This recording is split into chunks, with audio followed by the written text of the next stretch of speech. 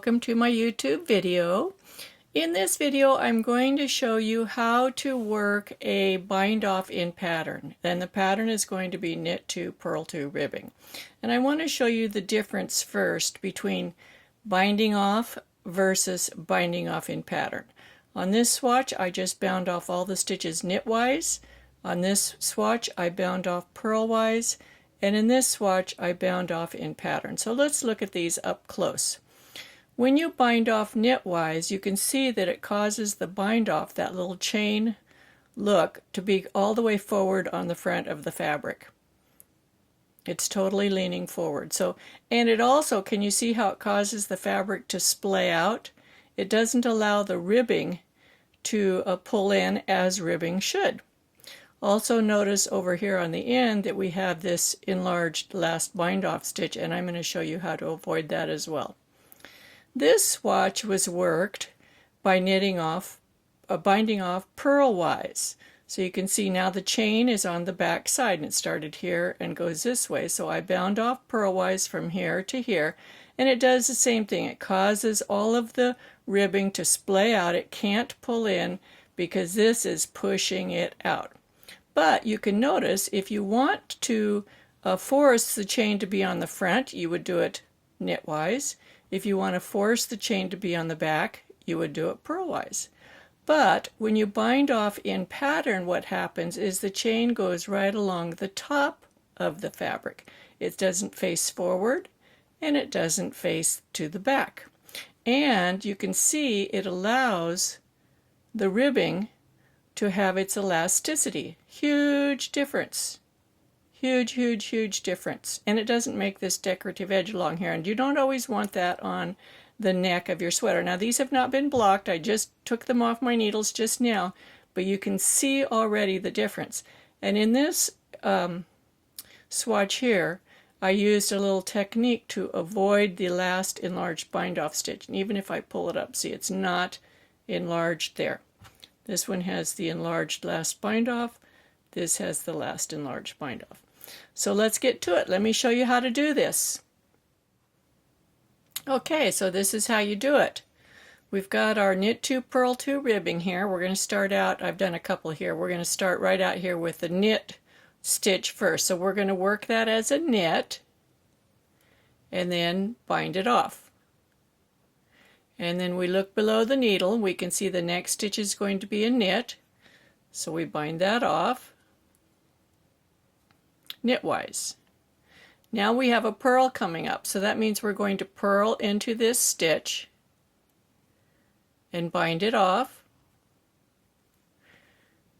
We have another purl, so we're going to purl into this stitch, bind it off. Now let me do the same thing but throwing, so you can see it that method also. We have a knit, so we're going to knit, bind it off, a knit, so we knit, bind off. Now we've got a purl, so we're going to bring the yarn forward, purl, bind off, bring the yarn forward, purl, bind off, and so on. I'll finish to the end here quickly, and then I want to show you how to avoid the enlarged last bind off stitch, okay? So we're just going to go this way. My preferred method of knitting is with the yarn in my left hand, although I can do it both ways for educational purposes.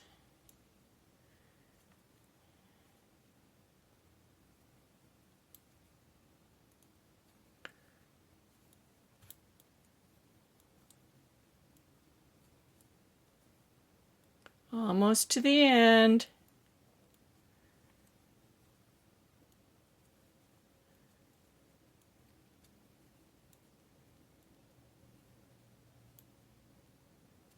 Here we come up on the last 2 stitches.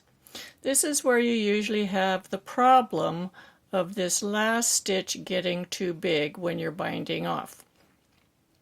In order to avoid that, a little trick that I do is I just take the tip of the left needle, go under the bar. So this is the bar, the strand going between this stitch and this one. Go under the bar from back to front, so it looks like a reverse yarn over, and then knit these 2 stitches together.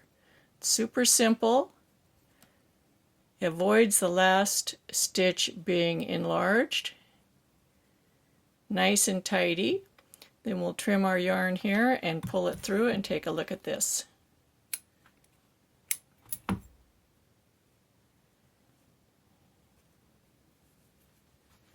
So you can see that last stitch is nice and tidy.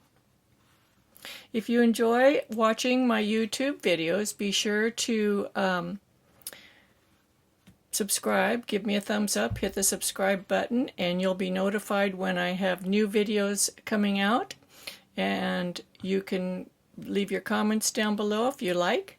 I also have 2 groups, one on Facebook and one on Ravelry, that you can join in and participate in the conversation. On Facebook it's called Knitting with Suzanne Bryan, and on Ravelry it's called Knitting with Suzanne Bryan. So I hope to see you come back and watch some more, and happy knitting!